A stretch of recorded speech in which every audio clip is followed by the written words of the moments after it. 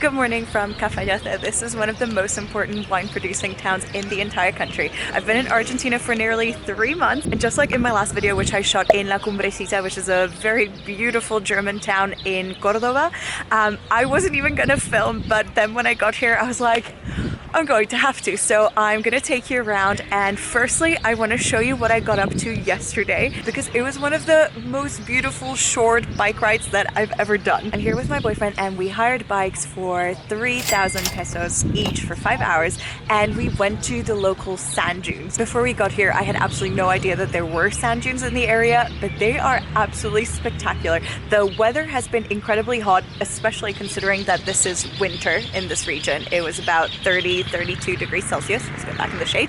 And the dunes were the perfect place of respite from the sunshine, because in the shade on the sand it was really cool, and cycling there was a bit of a workout, but actually even though you're cycling on the road or alongside the road, it was really peaceful. There were many cars, so if you do come to this town, I thoroughly recommend that as a little side trip. Because if you like dogs, by the way, the strays here in Cafayate are so adorable, and there are so many of them. They're really well taken care of. Yeah, just a random little side note.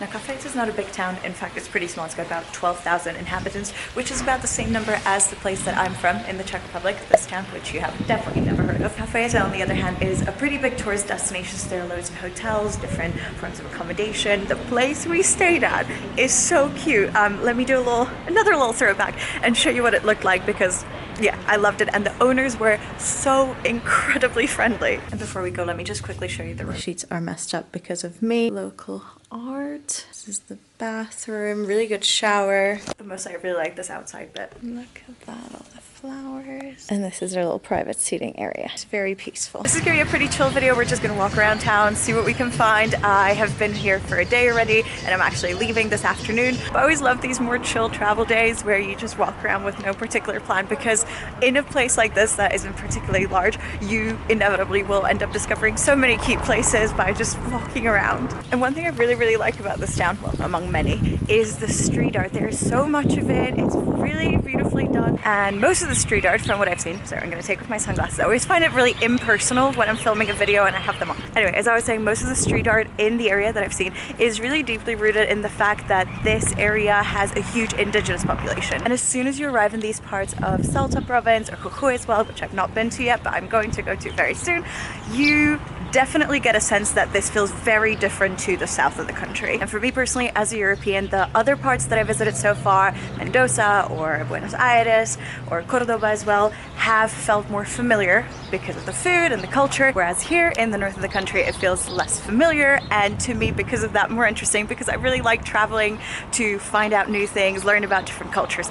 So for me, Salta so far has been an absolute revelation. The culture is just a part of why I like it so much. The nature here is so unique, so interesting. When I went into the desert yesterday, when I went to see the dunes, I couldn't help but feel like I was in Utah. The mountains just are so reminiscent of that type of topography, of that type of nature. Oh, what the?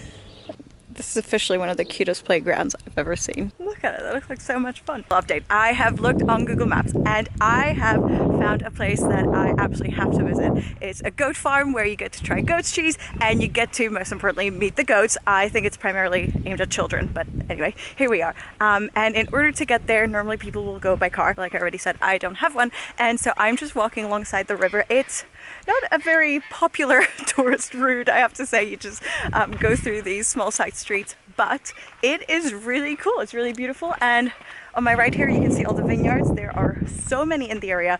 I've been to Mendoza already. That's probably the main wine producing region, but here they have different varietals and a very different climate, so the wine tastes very different. Anyway, just to give you an idea of what the route looks like, this is the general vibe of it. We're gonna walk here for about 20 minutes, and then we're gonna get to the goat farm. Good news, we know that Google isn't lying to us, because there's a sign for the place I'm going to. And you can see all the irrigation pipes here. This is a very dry region, so the The vines really need it. Right there in the distance is the farm. And I really hope it's open because I will say one thing here in Argentina, the opening hours on Google Maps are not always accurate. In fact, quite often they're completely wrong. Okay, great news. I made it to the goat farm. I've got a ticket for a guided tour, which starts in a few minutes. Ellos criaban cabra criolla y la cabra criolla nos está produciendo litro y medio como mucho, ¿sí? Cada una. Y nosotros, por ejemplo, para elaborar un queso semiduro necesitamos de 10-12 litros de leche para 1 kilo de queso. Entonces ese era un problema. Los dueños tratan de mejorar la raza, buscan un animal que se adapte al clima de acá, produzca más cantidad de leche y bueno, por supuesto también mejora la calidad, ¿sí? Y en este caso van a traer a un macho de raza Sanen, que es genética de Suiza. Únicamente al macho van a traer y hacen una cruce con las criollas que tenían y al pasar los años ya mejoramos lo que es la raza de estas cabritas. Ya llegan a producir entre 2 litros y medio a 3 litros y medio, el doble de lo que produce una cabra criolla. Las cabritas llegaban a producir una leche mucho más intensa por la graduación de acidez que suele contener. Le damos de alimentar lo que es alfalfa, ese campo verde que tenemos a la entrada, es alfalfa. También le damos de alimentar lo que es cebada, avena, algarroba, que es un fruto típico de acá de la zona. Ellas tienen 11 meses aproximadamente, son las futuras productoras, ya están todas seleccionadas. ¿Y cómo la seleccionan? Eso, por ejemplo, si la madre es buena productora, eso quiere decir que la hija también va a ser muy buena productora, todo es genética, ¿sí? Así es como vamos seleccionando. Y acá podemos observar que la estructura de este corral es totalmente diferente a diferencia de los otros. ¿Qué pasa? Es una raza genética de Suiza, de un lugar frío. Aquí ellos nacen en septiembre, octubre, cuando son un poco altas las temperaturas. Todavía son bebés y delicadas, y cuando hace mucho calor, ellas permanecen adentro y no salen hasta que empiece a bajar un poco la temperatura. Las extracciones eran manualmente, la elaboración también. Hoy en día ya la gran mayoría, todo con máquina. Ingresan, vienen directamente a comer. Una vez que se encuentran todas aquí en posición, esto se va a cerrar, se traba para que no saque la cabecita. Aquí es donde lo vamos a salar al queso. Y siempre salamos al último porque la sal cumple dos funciones.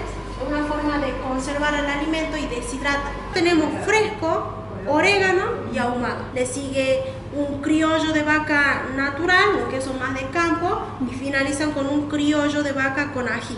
Que lo disfruten. Y para mí también, el blanco, sí. Okay, so one of the reasons why I came to this goat farm is because I didn't want to go to a winery.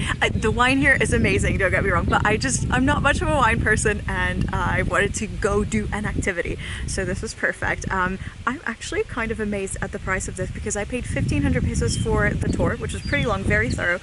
This and a glass of wine, which I didn't know I was getting, but of course I'm going to drink it. Currently, my camera's balanced on top of the wine glass. This is my wine/tripod, and this is the most famous varietal in the region. All right, look, I've already made a friend. Always happens when I've got food. Hi. Okay, I've made another friend. Everyone just keeps visiting. This is very cute. Also, can I just say, I feel really guilty because I'm doing this epic little tour cheese tasting and my boyfriend is sat at a cafe on a work call. This is one of the major perks of being self-employed. I'll bring him some cheese bag, but I've just got this purse with no bag. And if I fill that purse with cheese, I'm never going to wash that smell out. So, I'm sorry, Sam. Alright, I finished that was very dramatic. I finished my cheese, I finished my wine. And now I've got to head back. We are going to get lunch. This is just a starter. And head back to Salta.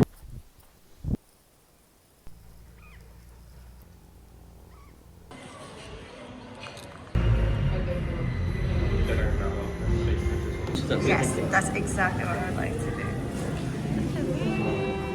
Okay, this is an artisanal market.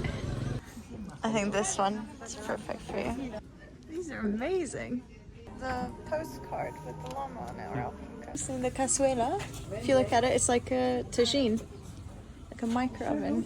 Yeah. You like that one the best? Muchas gracias. Gracias, ciao.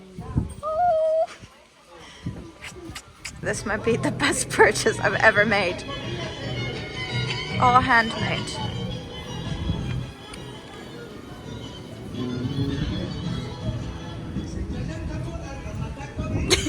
I hope you liked this video and learned something interesting. I, for one, know a lot more about goats than I did before this trip. I've got loads of travel vlogs from Argentina and beyond on my channel, and more being published every week, so don't forget to subscribe. Next, I'm going to Jujuy and Iguazu Falls, which I'm told are both pretty incredible, so I hope to see you in the next video. Bye!